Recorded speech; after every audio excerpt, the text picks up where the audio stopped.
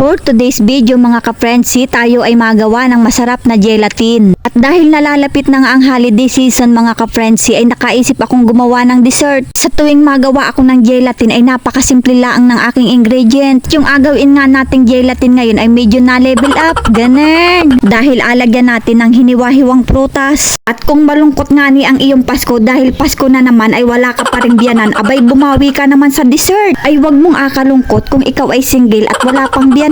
At yan ay isang blessing dahil marami diyang may biyanan, problemado naman, ganun. Kaya wag kang malulungkot, daanin natin sa masarap na dessert. At wag mong asanayin ang sarili mong laging malungkot, nako, nakakasama yan. At kung nalulungkot ka man, abay magpakabisi ka, gumawa ka ng mga bagay na may kabuluhan. Dahil hindi mo namamalayan, nagiging positibo ka na sa buhay, ganun. At lagi niyong pakatatandaan na pag kayo may problema, wag ninyong tambayan, daanan nyo lang, lilipas din yan. Dahil habang nabubuhay ka sa mundong ibabaw na ito, abay hindi mauubos ang iyong problema, matatapos at matatapos, pero may darating at darating pa rin. Kung may problema ka naman at ang pagkain mo ay stress reliever, abay kumain ka ng kumain. At hindi mo namamalayan, kakakain mo ay ikaw pala'y nananabana, ganun. Ay nako, ay bakit baga tayo napunta sa usapang problema, ay gusto ko lang naman magluto ng masarap na gelatin. Ay maganda po sana kung itong prutas nating ito ay may kasamang kiwi, ay naku, ay napakaganda po sana at yan nung makulay. Pagkatapos nga po nating balatan at hiwa-hiwain yung ating mga prutas, ay atin naman ditong asalansan.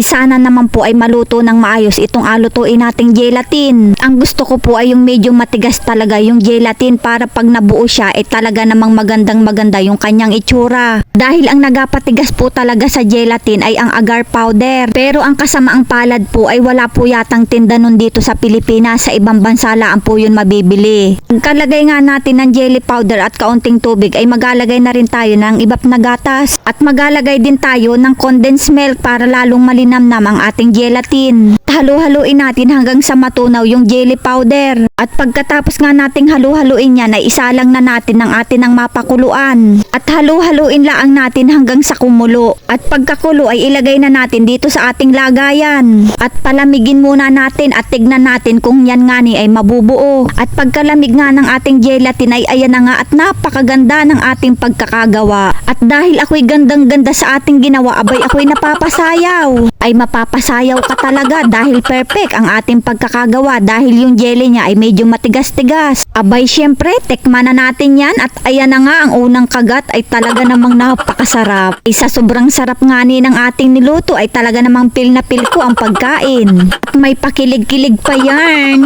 At sa sobrang sarap ay talaga namang mapapapikit ka. Ay parang ayaw ko na magluto nito at parang ako'y napapraning pag ako'y nakain dahil sa sobrang sarap. Huy, umayos ka pag ikaw hindi ka naulian ay awang kulaang sa iyo. Talaga namang may pagpikit pa ay talaga namang gelatin lang pala ang makakapagpakilig sa iyo ay sanay noon pa tayo nagluto. Ipikit pa more, hindi ka komersyal ng gelatin kaya umayos ka. Abay talaga namang pil na pil ang pagkain. Ay ang ganda naman po talaga ng ating pagkakaluto sa gelatin dahil medyo matigas yung ating gelatin. Napakalinamnam din po niya dahil kaunting tubig lang po ang ating nilagay dyan. Mga ka-friendsi, pasubscribe na lang po ng aking YouTube channel. Thank you for watching.